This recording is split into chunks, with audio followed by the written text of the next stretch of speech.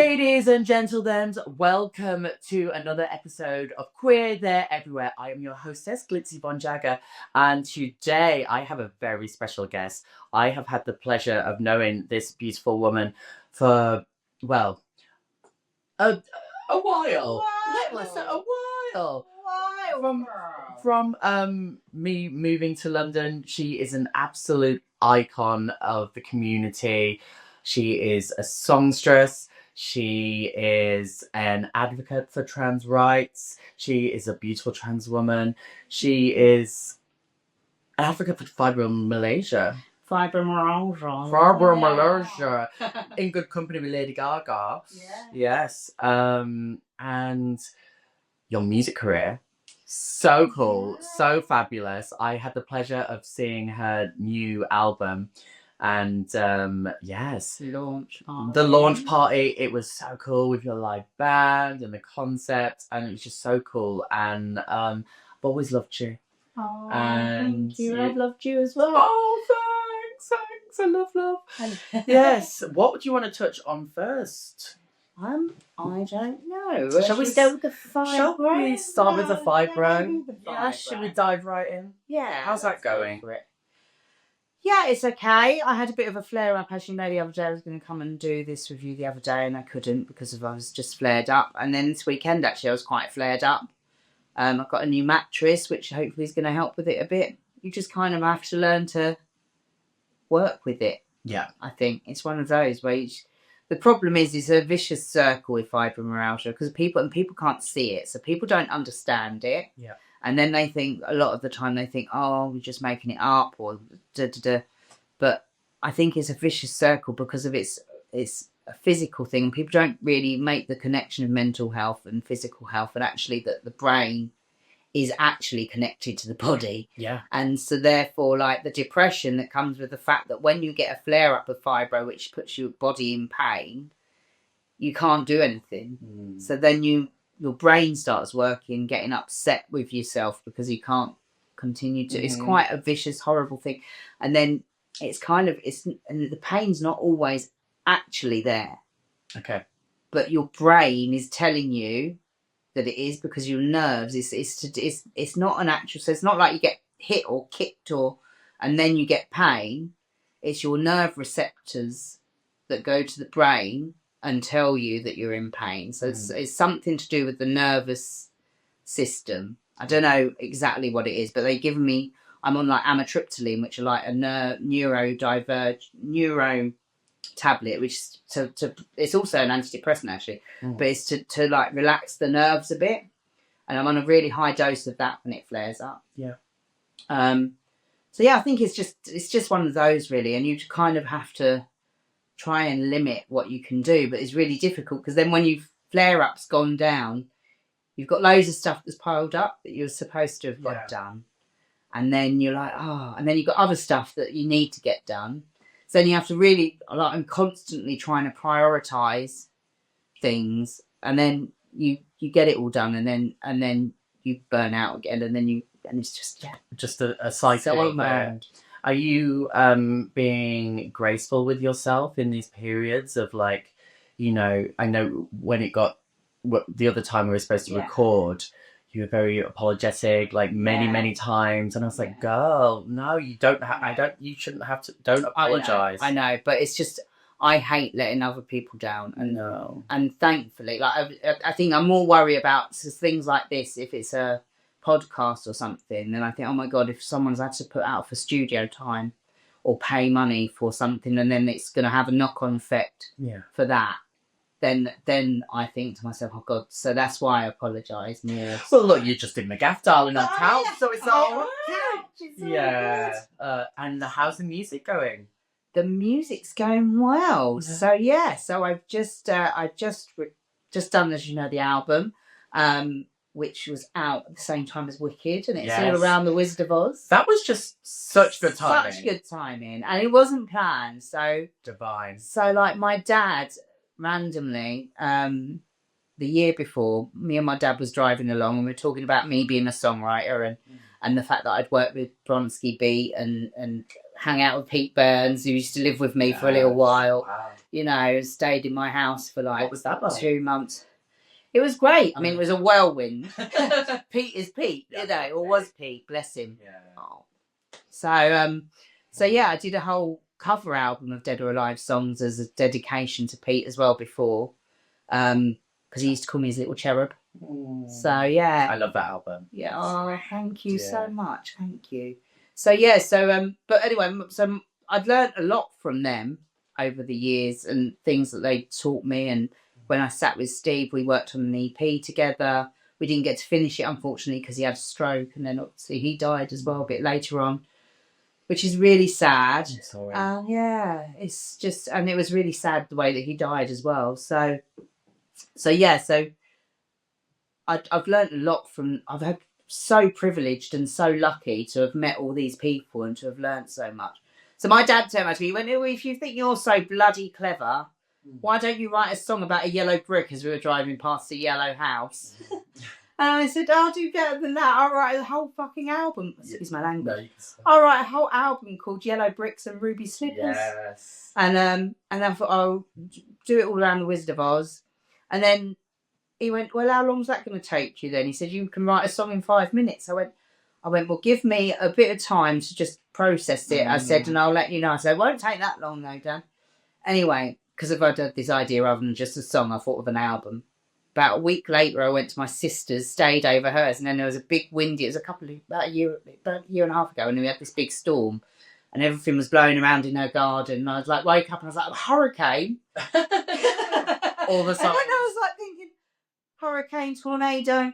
Yeah. I wrote a song called The Hurricane with tornadoes in it, yeah. And then that's the first opening track, and then that same night, I thought to myself, so what other things are there around the Wizard of Oz that I can write? And then I've started connecting moments of my life with characters from the story. And then I had the concept of the album and the concept of each song written within 20 minutes, half an hour. Work. When it comes to you, it comes to you. And that's it. It's just the inspiration. As soon as it's there, it just...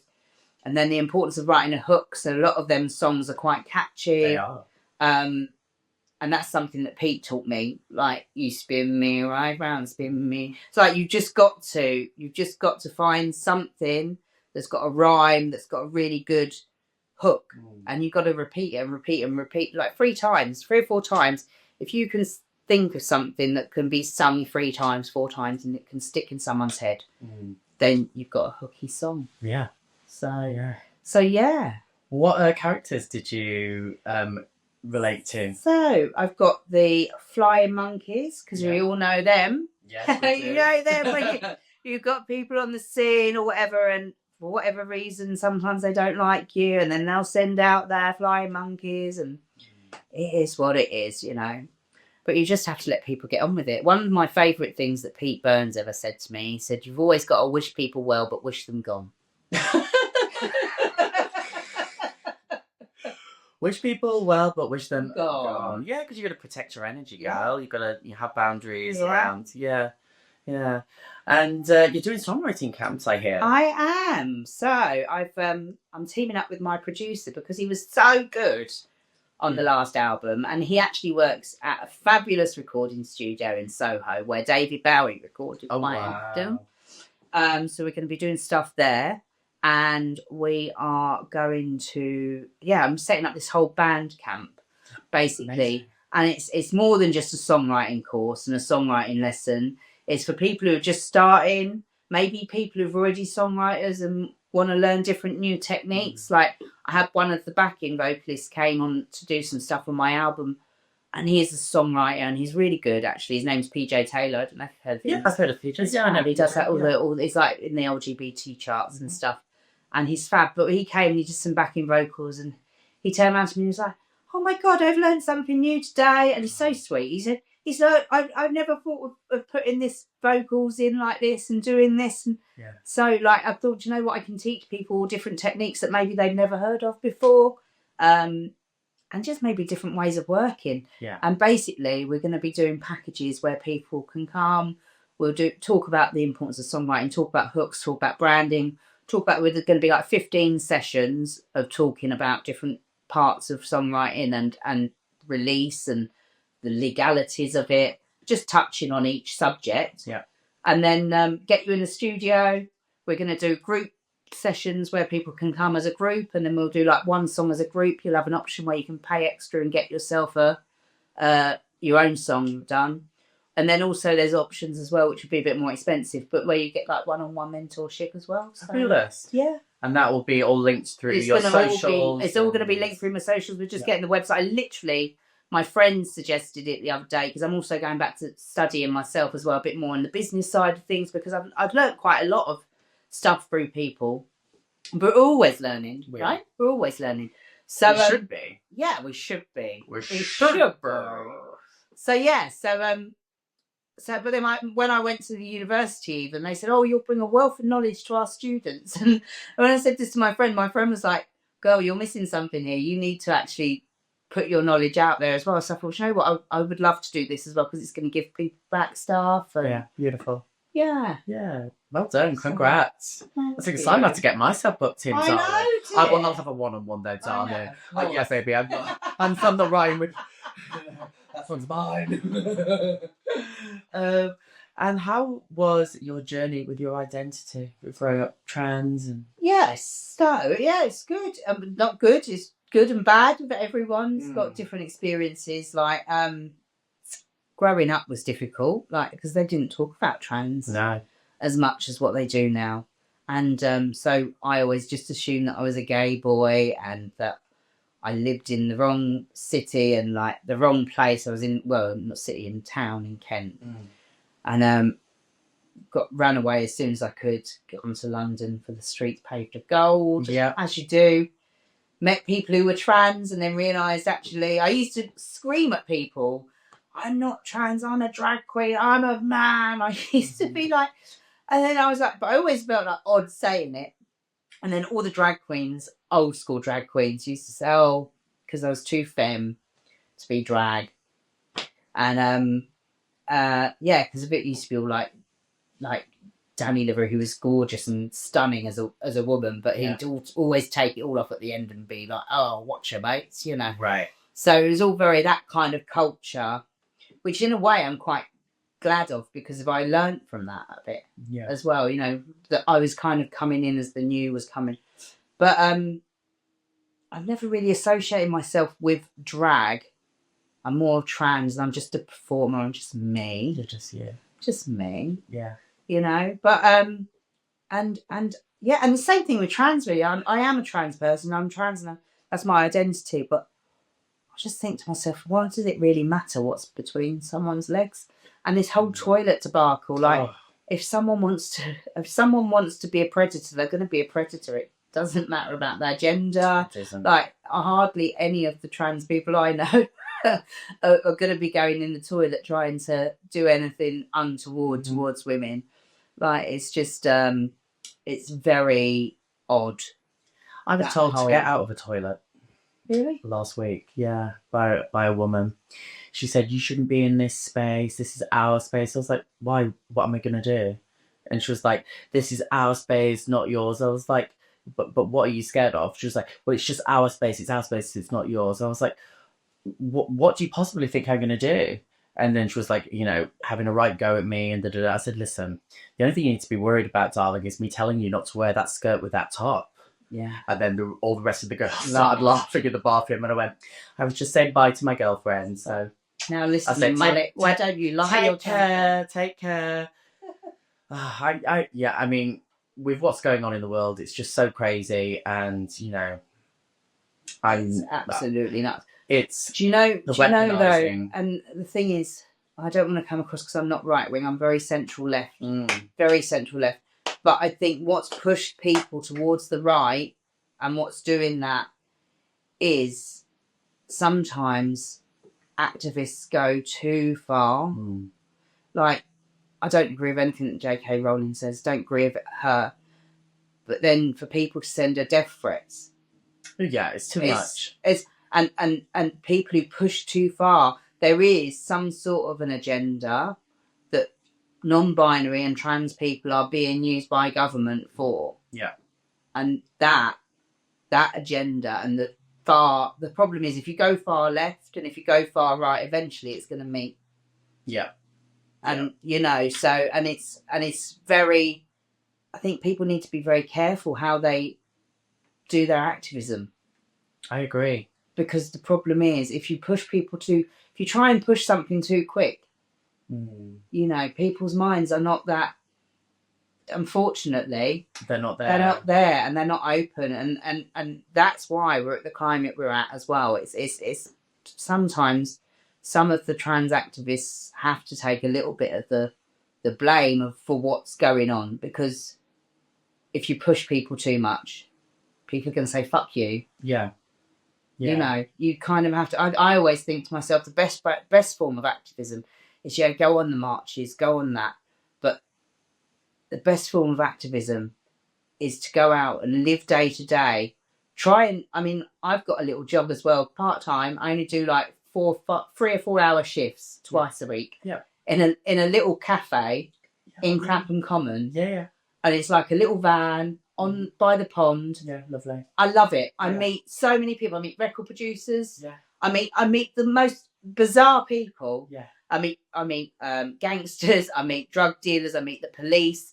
I meet, who else do I just meet everyone. It's such an array of different people. Yeah. And I think that's the sort of thing, you know, you meet different people, you go out there as your true self, live your true self, be your truth, and just day to day tell people, because there's so much shit going on, like you can't fix it. No. You know, you can't fix it by going out there and being violent towards people or trying. It's just not going to work. No, you've got to be the kindness that you want to receive in the world. And you're letting the side down when you send death threats and things like that. It's I'm a great believer in that, in the ripple effect of you being your authentic lovely self. And because a lot of these people who have these aggressive views, if they had trans friends, if they had non-binary friends, if they had gay friends, they would not, I wholeheartedly believe this with every fiber of my being, they would not be saying the things or doing the things that they do. They just don't know us, and they don't have us in their lives. And I think a part of it, there was an activist, and I can't remember her name now. She's trans. She's amazing. She's friends with Billy Porter. She's done so many things, but she said that the governments and the people making the rules against the trans community, it's not that they're scared of us. It's not that it's not that they hate us because if they don't know us to hate us. This is what she said. She said they don't know us to hate us, but they're scared of us and they fear our freedom.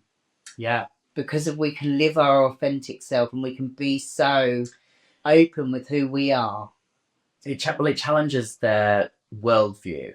It challenges their value system and everything they've been taught. And they have no reason to, unless they know somebody from the LGBTQ plus community, they have no reason to challenge that worldview because it suits them. It fits them. Yeah. So they're like, unless they're, very learnt and, it's usually when you move to a big city and you start to integrate into everybody and see that we're all the same. We're all the same. We all bleed. We all bleed, and it's I just wish some people would read a history book and read things from both sides. It's but I think it's beautiful the way that you carry yourself with your activism. I think it's inspiring. I think we could all learn from that. It's very yogi, actually. That is very, that's something, ahimsa is one of the, the tenets of yoga, and ahimsa is kindness. And it's, kindness to yourself, kindness to others. Yeah. And it goes a long way. It really does. Everything's energy. Everything is energy. Everything. Yeah. If you wanted to give any wisdom, any advice to trans kids growing up in today's climate, what would you say to them? I would say, I'm sorry that you haven't gone through all the shit we're going through at the minute. But we've been there before. We've had to do it before.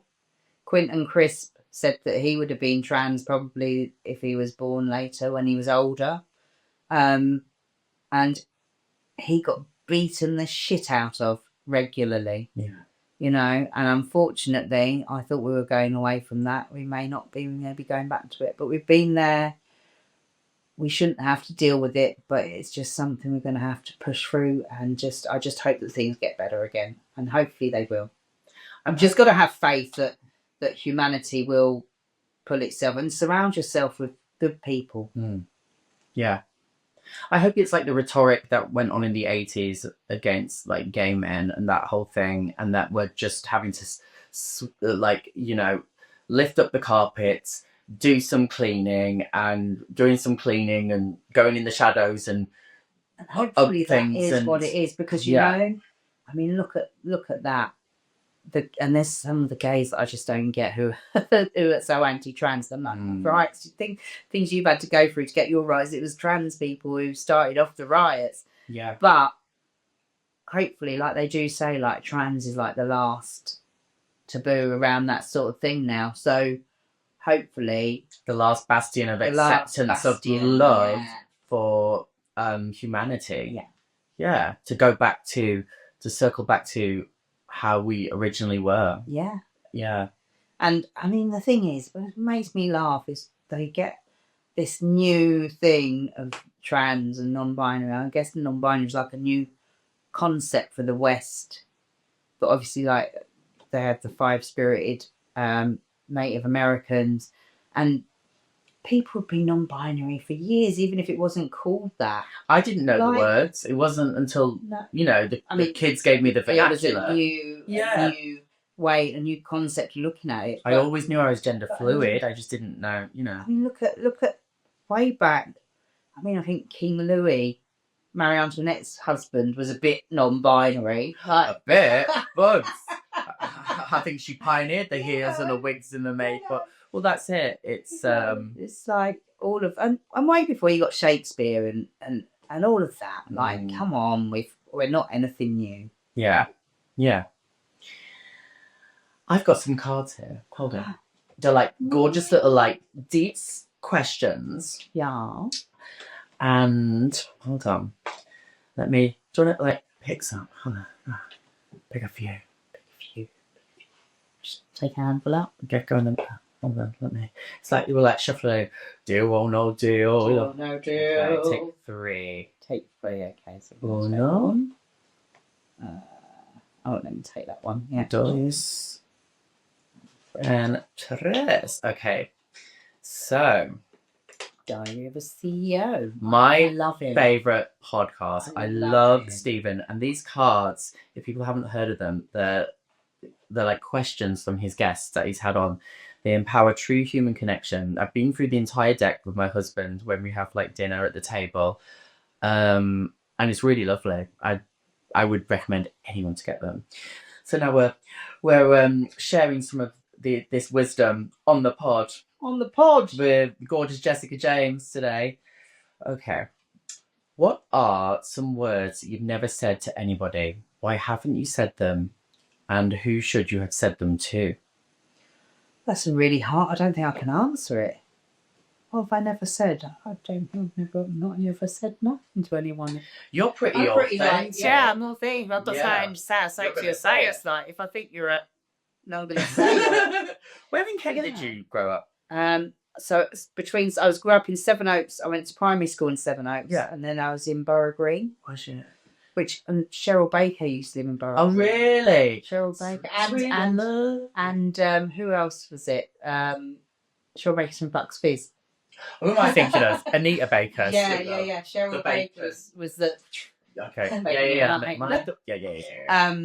And also Gail Platt from Coronation Street. I used to see her like almost every morning going to school, and I used to think, how does she had a silver Mercedes, and I used to think, how is she here every morning and on the telly in Manchester at night? And like, obviously I didn't like at the time put two and two together, the fact that they filmed in blocks. Yeah. So, my nan and granddad had a pub in Bromley. Okay. I was conceived outside of it. The Star and Garter. I don't know, maybe. I mean, I am a star drawer in the Glitzy. I've got. She loves wearing a garter. Well, do you know what? I did wear one for my wedding day. I was like, take it off. He was like, what you like? Okay, another one. What would you like to pay attention to that you don't currently pay attention to, and why? Oh, so that's a very good question. There's a lot of stuff that I do you know what, I keep on trying to get into this routine thing, and I do get into a routine and do it for about 4 weeks constantly. This seems to be, but I think the fibro kind of doesn't help. But I kind of seem to be able to manage to get into a really good routine for about 4 weeks, and I'll be really happy and it will be going really well, and then something will happen. It's not always even a fibro flare up. Like if the flare ups happen, then, and if it happens, it doesn't really knock. Even it's happened while I've been in that routine. It kind of I'll take a day out or 2 days out if I need to, and I'll just rest, and then it'll be back in the routine. It'll be fine. So I'm still trying to figure out. So that would be what I would want to do. Routine is so good. Yeah, it really helps. Everything. I've got a new mattress. I'm hoping that's gonna. My routine. Love a new good mattress. Yeah, I mean the other one's like 9 years old, and I thought, do you know what? I need a new one. Yeah, is it nice? Yeah, I think it is. Yeah. I mean, it's a hybrid, and I've had a good sleep on it, but I had to let it air out. I got it at the weekend, so I've had to let it air out. So I've only had like 2 sleeps on it. Oh, so, and I was up all night last night with the dog worrying. You know, my dog 8 tea bags yesterday. 10. Gratefully, he's a big dog. He's pooed one out, right? Yeah, but 9 more tea bags. Yeah.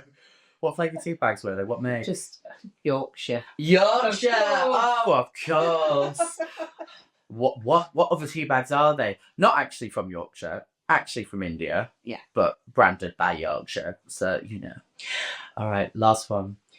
If there was one singular idea that had the most profound impact on your life, what would it be?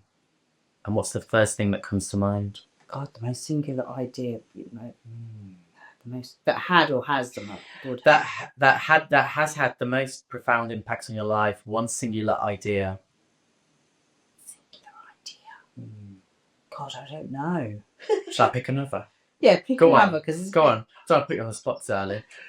What for you is a life well lived, and how do you make the most of this? I like that. That's a nice one. That's a nice one, yeah. So, a life well lived. You know what? It's not about money. One of my songs is called The Flying Monkeys, actually. Because money doesn't make you happy. Money just gets you by. There's no fake news, real news, frequencies just ain't that high. But, yeah, I think that happiness isn't in wealth. Wealth isn't money. So, you don't need money to make you happy. I mean, it does help sometimes, obviously, and it would be nice to have the money to be able to do all the things that you'd like to do. But I think the most important thing is surrounding yourself with amazing people. Yeah. And making sure that you've got a strong sense of self. So going deep within and finding out who you are and having that journey and having the strength and the audacity to do that can be quite challenging. But I think that it's really important that we all try and do that, because if you can be honest with yourself, you can be honest with everyone else, and then you can have a really great life. What gives you your audacity and strength? I don't know. I've got a skin like a rhino. I think I've been through so much shit in my life. I just think I thought at one point it's either I'd fucking kill myself or I'd learn myself. And I've learnt myself. And you've learned. I'm still learning. Still learning. Do you love learning?